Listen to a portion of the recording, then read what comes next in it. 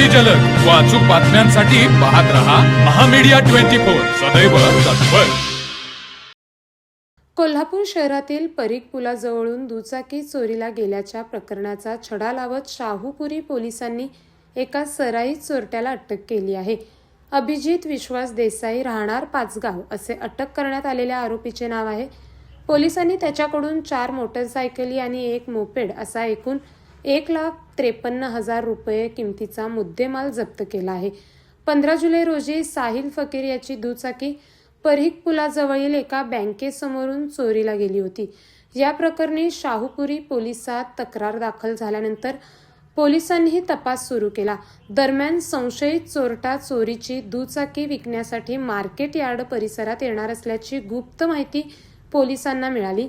त्यानुसार पोलिसांनी सापळा रचून अभिजित देसाई याला ताब्यात घेतले। पोलिसांनी त्याची कसून चौकशी केली असता त्याने आणखीन 4 दुचाकी चोरल्याची कबुली दिली। पोलीस निरीक्षक संतोष डाके यांच्या मार्गदर्शनाखाली शाहूपुरी पोलीस अंमलदारांच्या पथकाने ही यशस्वी कारवाई केली आहे। तर मग चला सबस्क्राईब करायला विसरू नका महामीडिया 24 न्यूज चॅनलला। महामीडिया 24 सदैव तत्पर।